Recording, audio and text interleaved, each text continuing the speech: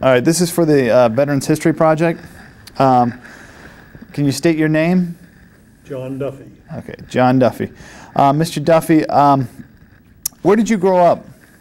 In Brooklyn, New York. Although I was not born there. I was born in Glasgow, Scotland, 1925. How old were you when you came to America? About 2 years old, which is kind of an interesting coincidence, because the first place I went to overseas during World War II was Glasgow, Scotland. Unbeknownst to me that I was heading to my birthplace. When you were growing up in Brooklyn, what was life like at that time?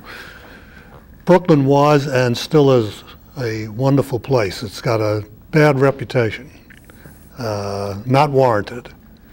It's a polyglot, metropolitan. It's now peopled by a lot of professionals, but at that time, I guess that might be particularly in the neighborhood I grew up in, Park Slope, the biggest change is then it was family oriented, now it's professional oriented. So the old brownstones that used to house husband, wife, and 4 children are now condominiums and house 8 lawyers and 6 doctors. Okay. It's a wonderful place to grow up. So let me just start with this. What were you doing when the Japanese bombed Pearl Harbor? Well, everybody remembers that day, and I was near the end of high school. I had a year together, was 41, and I graduated at 42. So I was a high school student, much like our friend here, and in the third year, I went to St. Francis Prep, also in Brooklyn. That's a 150-year-old institution, run by the Christian Brothers of Ireland. So it was quite a shock to all of us that some part of the United States could actually be directly involved in a war. That had never happened before. So so you waited to graduate before you joined the service? I did. I was only 16 years old when I graduated from high school. A week later, I turned 17. So at 18, time for enlistment or drafting is when I started my venture into Kings Point. I thought of that interested me because my brother was in Kings Point. So you're familiar with it? No, not with Kings Point, no. Oh, no. It's the United States Merchant Marine Academy. Okay. It's sort of similar to West Point and Annapolis, but for the Merchant Marine. It was actually started in response to World War II. It never existed before. So the early cadets, I was not that early, but the very early cadets, such as my brother, who was a couple of years older than myself, were literally living in barracks. But as the time went on and the war continued, they began to build dormitories and classrooms and the like. So exactly where was Kings Point? Kings Point, Long Island, New York. And it's called Kings Point because the village that it was in was Kings Point. But officially it was called the United States Merchant Marine Academy. It's still there today, am I correct? It's now a 4-year college, and very much so. It's quite different from what it was then. It's a 4-year college. The emphasis is on seamanship, whatever might be involved with that directly or indirectly. Then it was not a college. There was no degrees involved. It was just a 10-week preliminary program, and the cadets were called prelims. And after that, we were assigned ships, seagoing. Okay. Hold on one second. I got a visitor here. Yes, sir. No, it's no problem. I'll see you in a bit. All right. What was life like after when you joined the joined the Merchant Marines right after high school. What was how should I put this? What was the feeling of the United States at that time? It's much different than it was now. Can you explain how with the nation at war, how was it going at that? You mean how do the people Yeah. feel? Well, it was totally different from what we're experiencing today. Mostly, it felt like a righteous war to everybody, a war that we should have been involved in. We were the ones that were attacked by the Japanese in Pearl Harbor. So there was a moral imperative involved that a lot of the people of today do not necessarily feel, believing that we started a war. Some feel justly and some feel unjustly. But the other aspect of it, aside from the moral part of it, was the participation of the citizenry in World War II. Today, Iraq is almost a forgotten war. You hear about it on television, you read about it in the newspapers, but there's no direct involvement by the people other than our service folks who were fighting the war. There was a quota system then. You could not just go out and buy gasoline. You had to. That was quoted. Food, some foods, sugar, for example, meat. No, you didn't just go out and buy something. You had to have little tickets to go out and then qualify to buy it. So people were involved in the defense industry, very much so, unlike today. I mean, civilian industries became defense industries. Shipbuilders became shipbuilders for the Navy. Garment makers became garment makers for the services, for the Army, Navy, and the Marines, which you were a member of. So there was a tremendous feeling of the participation of the citizenry in World War II, and could not lose that war. It was never fought, of course, in this country, but I think at the time we entered into it, because of the bombing of Pearl Harbor, everybody was ready for it anyway. You know, Franklin Roosevelt had was a tremendous appeal to the citizens, and it was just the inkling starting of what truly was going on in Europe. Not only the invasion of the various countries around Germany, but what was happening to some of the citizens of Germany, and specifically the Jewish citizens. That was just kind of rising to the surface, relatively unknown prior to that time.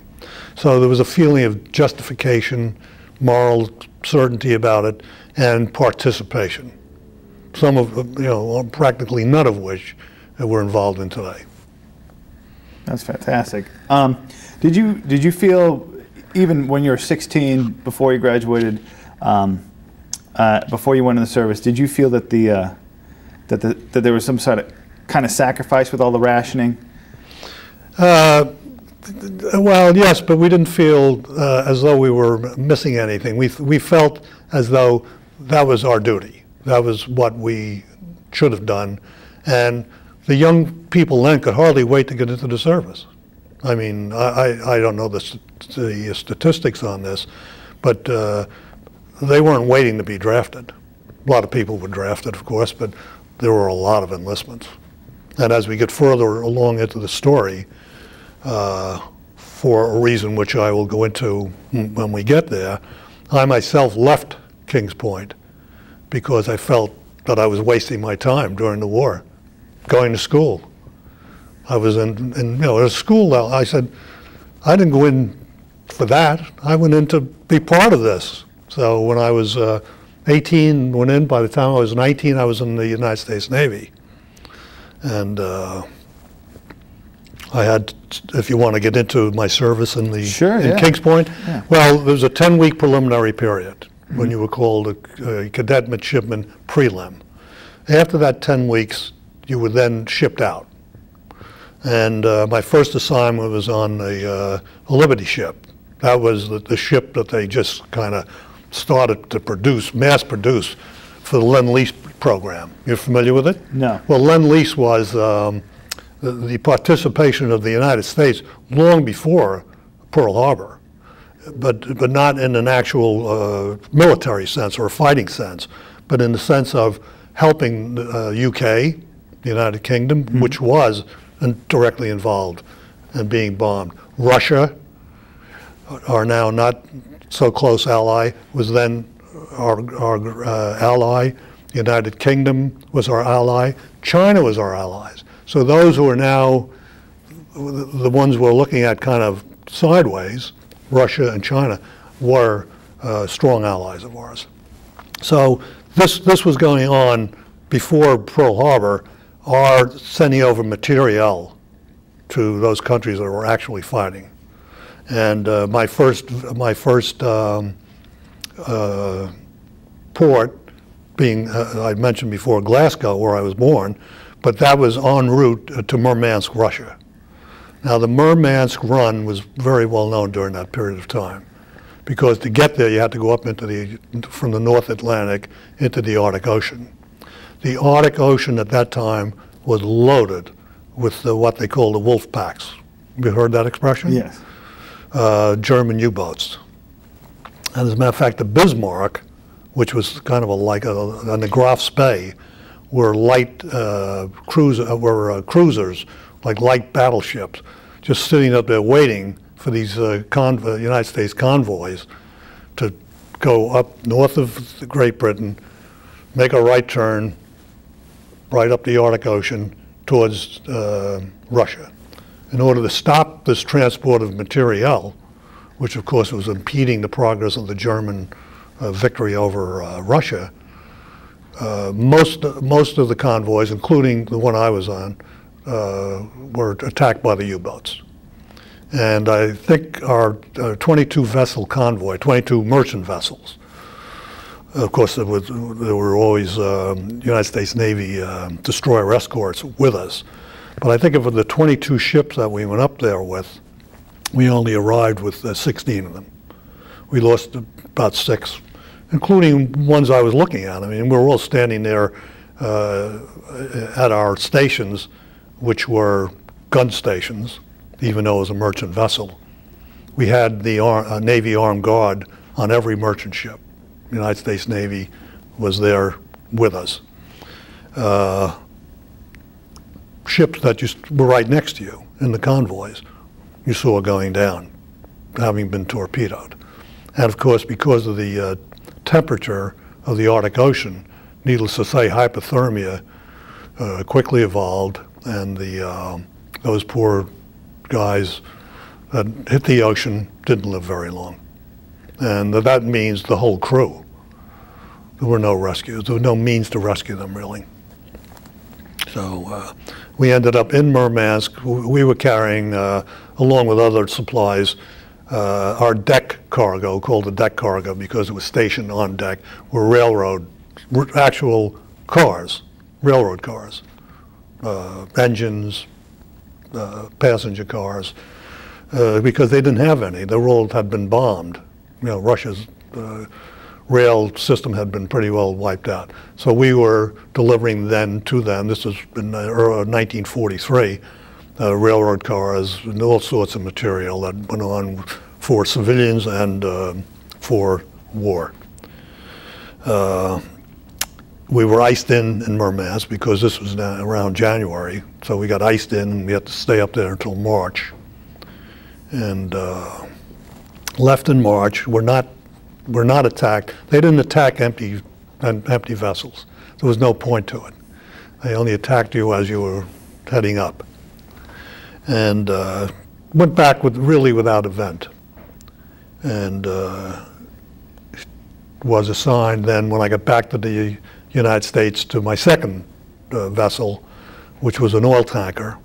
And we went right back to the United Kingdom, and right around the time of the invasion, so of the United States and the Allies into Normandy. Okay. So, well, let me kind of go back a little bit. With that convoy, the first convoy you went over there, the North Atlantic is not a very serene place to begin with. Absolutely. Were you? I mean, what were you feeling as you embarked? At least got close to the North Atlantic. Hanging on. I mean, the seas were very, very high. As a matter of fact, we lost 2 ships.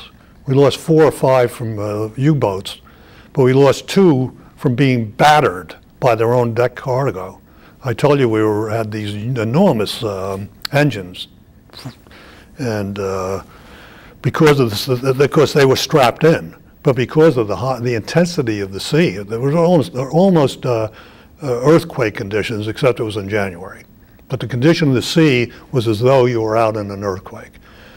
The ships, the deck cargo lost its strappings. They were just torn apart, which caused the engines to go back and forth like a battering ram. And we lost 2 ships actually to the weather. So there was certain, look, when you're 18 years old, you're really not thinking the same as you would perhaps today, and certainly the way I would think now, which would be great trepidation and worrisome anticipation. But that's not what you felt when you were 18. It was what you did, what you were supposed to do, and it wasn't that you were worried about what was going to happen to you. You were worried about what was actually happening to these people who were, so to speak, in the convoy of neighbors who were going down around you. But there was more. I think we were probably more interested in what was going to happen to us when we got to Russia, because Russia was a mystery to us at that time. How was your brief time in Murmansk? Very controlled and restricted. If we wanted, and of course we did, because we were there for quite a long time, there was one place that you could go to in Murmansk. It was sort of like I guess you could call it an officers' club. And however, you could walk there, but you could not speak to the civilians that you met on the street. They weren't allowed to speak to you. You wanted to speak to them, but they would walk away from you. And you were kind of ushered around by women who were employed to do that, keep you sort of in, get you off your ship to where you were going, and then you could walk back, because by then it was kind of late and there was no citizenry, and don't forget it was dark very early at that time. It wasn't quite 24-hour darkness, but it was rather dark. But I would say, to answer your question, controlled and restricted. We weren't just sightseeing, walking around with cameras taking pictures, nothing like that. And as a matter of fact, I remember one day when it got quite sunny and almost pleasant, I took a hike myself, left the ship, walked up into the hills, and I was watched every inch of the way until I turned around and walked back. So I wouldn't say it was a friendly experience. That's amazing. So when you got back to the States, did you embark again for the D-Day invasion? Yeah, just I went out to a oil tanker and went back across right around the invasion of Normandy. And there, our destination was the UK, because that's when they were building up with all sorts of, including fuel, and that's what we were transporting. That was a relatively short trip, although I did have one side trip in England to go down to see my aunt, who was a nun, down to Southampton. So she didn't know I was coming and didn't know who I was when I arrived. So that was interesting there. But while I was in London on the way to Southampton, I was in a couple of bombing raids, because they were getting bombed almost every day. Mm-hmm. I don't know how they survived. I mean, there was tremendous courage and will. And Winston Churchill was a great man. He really, how he kept them going, how they survived this. This was day in and day out. Every night they were, I'm telling you, the London, right, bombed the blazes out of them. Didn't have a building standing. And yet not only did they survive, but they persisted and very courageous. actually inspiring. Isn't Southampton where the Titanic came out of? They built the Titanic? It might have been. That's where she had her convent in Southampton. Yeah. That's amazing. Yeah. So where else did you, I mean, did you continue to make trips back and forth across the Atlantic? Yeah, well, that was my second trip. And then when I went back to the United States, the same vessel was a Ball's Bluff, was owned by Citgo, which is now owned by Venezuela. But it was the Citgo was a Citizens Oil Company, the United States endeavor. And we went from there down to Africa, South America, picked up a lot of oil and brought it back. So we worked around the South Atlantic, the Caribbean, and back to New York, where now let's see, quite a long period of time had elapsed through these various trips that I was taking, which is how I ended up leaving Kings Point, because they had an advanced program, which I really qualified for, because I was out at sea a lot longer than you were supposed to be. It was supposed to be 10-week preliminary, a couple of months at sea, back to the academy, and for more studying, and then graduate. And then you got out and went into the Merchant Marine, or you could go into the Navy. I thought I qualified, and I really did qualify for the advanced program, which means that you went back to the academy, but only for 2 or 3 more months instead of another year and a half. So I asked for that program, and I was refused it. They said, well, you were out for a long time, but we're limiting that program now. We want people to get more academy students studying and less actual experience. So I thought I was not going to spend the war in Long Island at Kings Point. So I left and joined the Navy. So, I mean, was it much of a difference? Did they embrace you? Well, you mean the Navy? Yeah. Well, it's interesting to me, and I don't know how interesting it is to anybody else, but the reason why I went into the Navy was to get out of the scholastic end of life and into the military.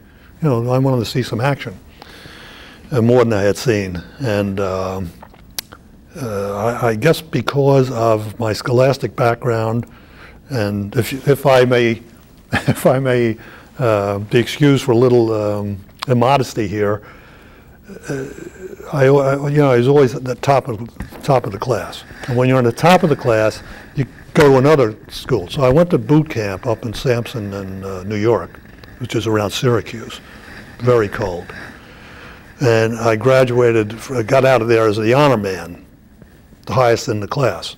So you could pick your own place to go to next.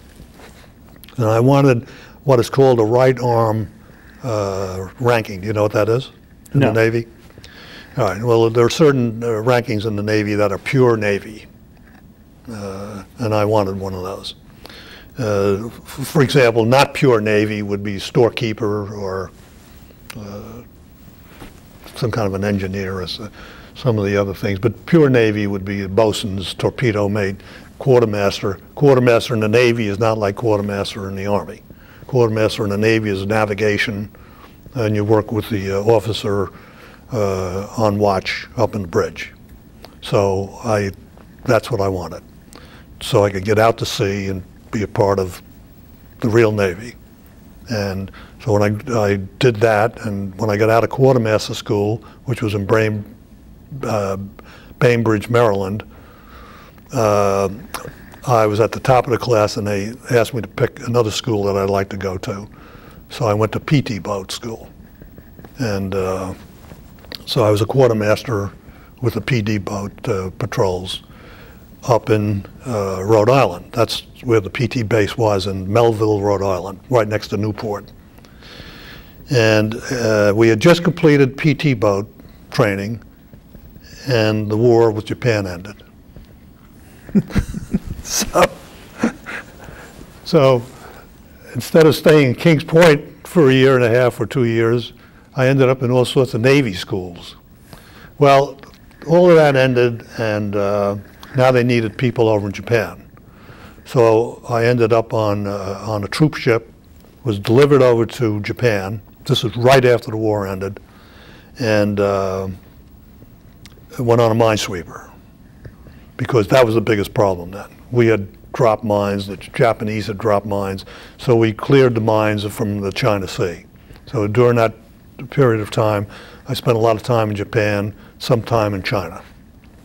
And there were, I don't know how many minesweepers that were over there at that time, but it was a regular regatta, there was, because that was a huge problem, because we wanted to get our big ships in, not to mention cargo vessels, and so that it was very dangerous for them to do that. The mines were cleared, and we went from there back to the United States, San Francisco, where I was discharged. Okay, so in you 1946. You didn't stay in after the war? No, I didn't. Didn't? Got out as soon as I could, and went to college. Well, that was my story. That's the same with me. I did my enlistment. I got right out and went to college. Yeah. So do you still have any animosity towards the Japanese or the Germans? None whatever. No, I didn't. I mean, we were indoctrinated, as you would be, at that time, like the Saddam Hussein thing. How you hate them, at the time.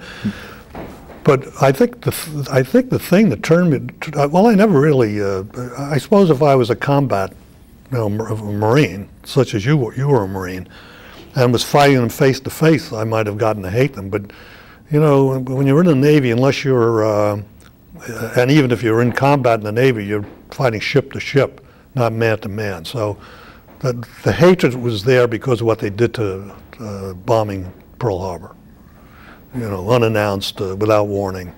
So there was that kind of hatred. That was all transformed and to a large extent turned around greatly when people really realized that what happened to the Americans who were of Japanese descent. When they were shipped out to, these were citizens of the United States who were had been here for generations, who had their own businesses, their own lives, their own families, and found themselves in camps, isolated from the general public in the United States. The children of those people were actually enlisted, Japanese Americans enlisted en masse. They were actually formed into their own platoons and battalions. They wanted to fight the war.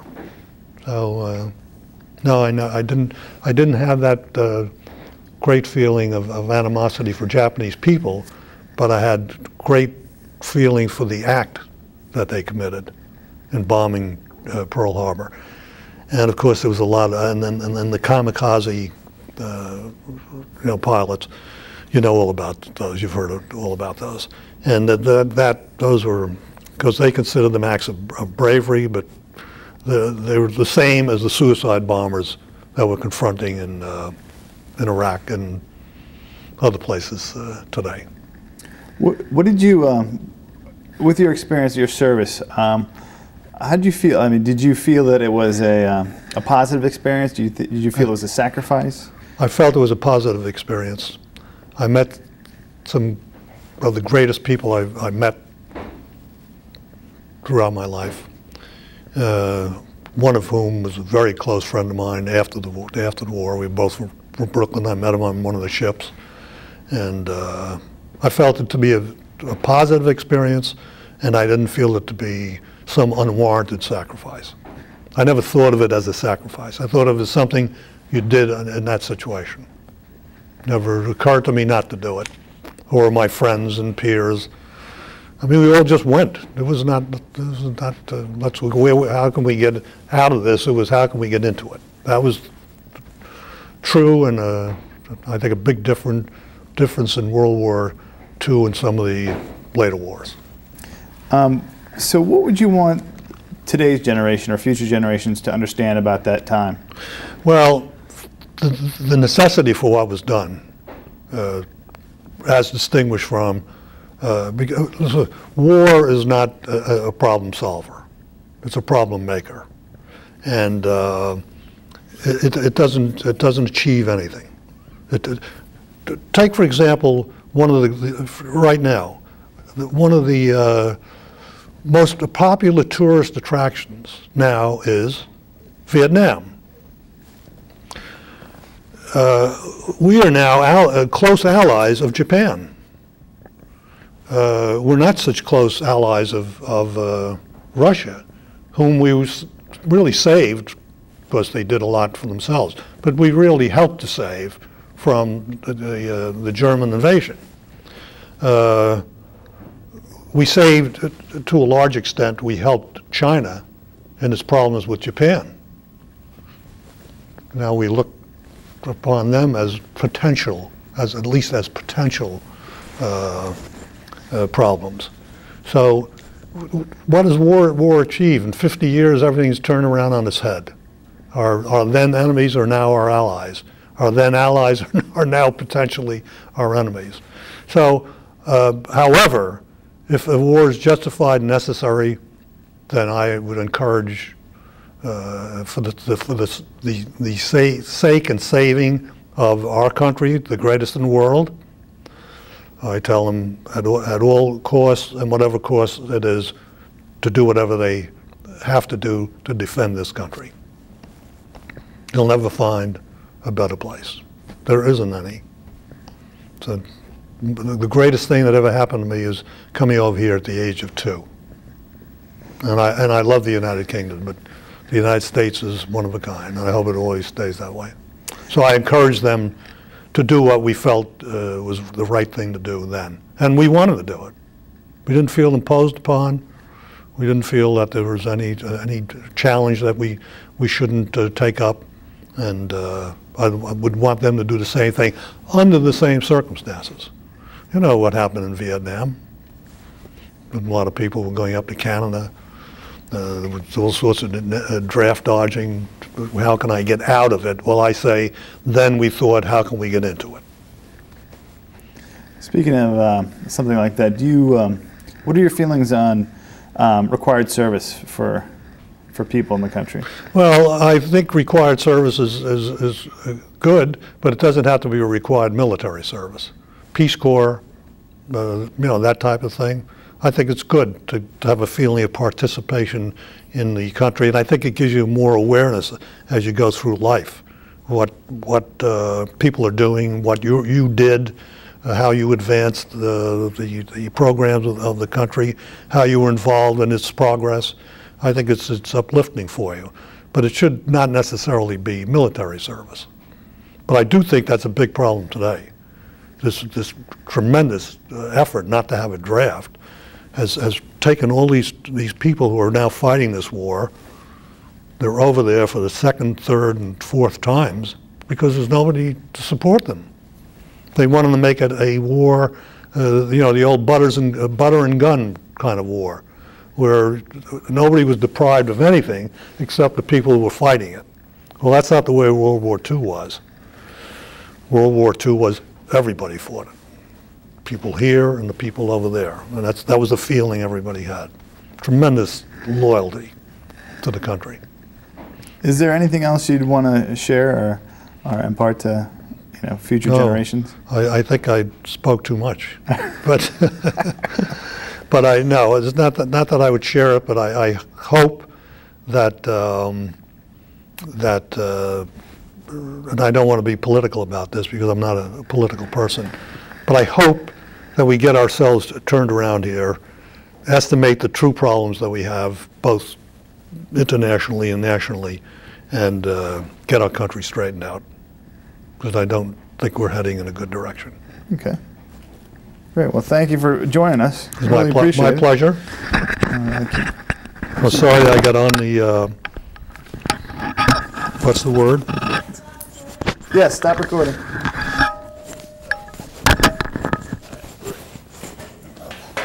I'll grab that from you. Thank you. So, it's funny, the first place I went overseas was Germany. Yeah.